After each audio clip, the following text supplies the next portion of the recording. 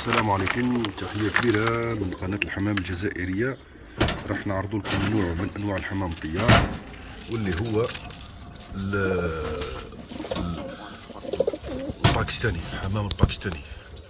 هذا ان شاء الله راح نخرجوا بهم، وهذا ان شاء الله راح يكون اول زوج حمام باكستاني في الجزائر ان شاء الله.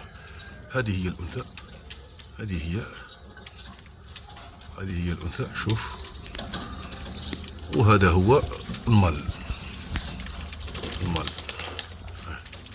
اول زوج حمام باكستاني في الجزائر ان شاء الله. راهم حاطين ان شاء الله راح يكون لنا اول. راهم حطوا غير بيضه واحده ما شاء الله.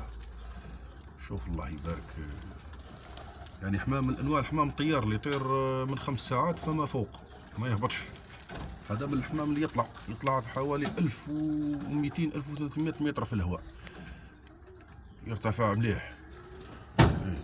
نوع من انواع الحمام الطيار واللي هو الحمام الباكستاني، وهذا هو الاول في الجزائر، وان شاء الله راح يكون الاول في سماء الجزائر.